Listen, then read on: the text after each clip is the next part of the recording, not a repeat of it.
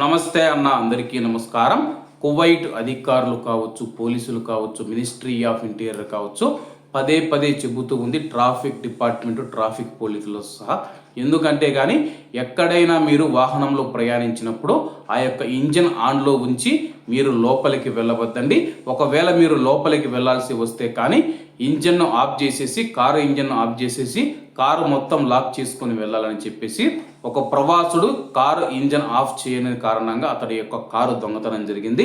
వివరాల్లోకి వెళితే వాహనాన్ని స్టార్ట్లో ఉంచి బకాలాలోకి వెళ్ళిన ఒక ఆసియా దేశానికి చెందిన ప్రవాసుడికి చేదు అనుభవం ఎదురయ్యింది.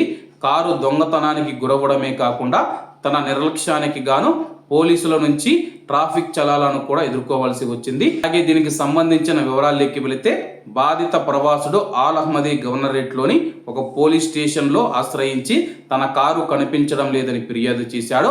ఒక సరుకుల దుకాణం, కిరాణా షాప్ ఏదైతే ఉందో ఆ యొక్క కిరాణా షాప్ ముందు కారును స్టార్ట్లో ఉంచి లోపలికి వెళ్ళారని తెలిపాడు. కేవలం 1 నిమిషంలోనే బయటికి వచ్చేసరికి ఆ యొక్క అవకాశాన్ని సద్వినియోగం చేసుకున్న గుర్తు తెలియని వ్యక్తి కారుతో సహా పారిపోయాడని చెప్పేసి పోలీసులకు వివరించాడు. చోరీకి గురైన కారులో తన యొక్క మొబైల్ ఫోన్తో పాటు డ్రైవింగ్ లైసెన్సు, కారు రిజిస్ట్రేషన్ దఫ్తర్ వంటి ముఖ్యమైన అధికారిక పత్రాలు ఉన్నాయని చెప్పి ప్రవాసుడు పేర్కొన్నారు.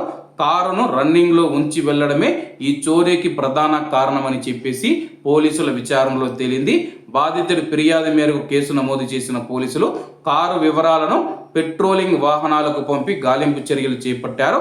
అదే సమయంలో వాహనాన్ని స్టార్ట్లో ఉంచి నిర్లక్ష్యంగా వదిలివేసినందుకు గాను సదరు ప్రవాసుడికి ట్రాఫిక్ ఉల్లంఘన కింద ఇన్వెస్టిగేటర్ చలానా విధించారన్నమాట. ఈ సందర్భంగా భద్రతా అధికారులు, పోలీసులు కువైట్లో ఉన్న వాహనదారులకు హెచ్చరిక జారీ చేశారు. ఎంత తక్కువ సమయమైనా సరే కానీ ఇంజన్ ఆన్లో ఉంచి వాహనాలను వదిలివేయడం చాలా ప్రమాదకరమని స్పష్టం చేశారు. కేవలం కొన్ని సెకండ్ల వ్యవధిలోనే దొంగలు వాహనాలను ఎత్తుకెళ్లే అవకాశం ఉందని, వాహనం దిగినప్పుడు తప్పనిసరిగా ఇంజన్ ఆఫ్ చేసి మొత్తం లాక్ చేసుకొని వెళ్ళాలని చెబుతూ ఉన్నారు. కాబట్టి కువైట్లో ఉన్న మన భారతీయ డ్రైవర్లందరూ జాగ్రత్తగా ఉండండి. కాబట్టి అందరూ బాగుండాలి, అందులో మనం ఉండాలి. అందరికీ నమస్తే అన్న, జై హింద్.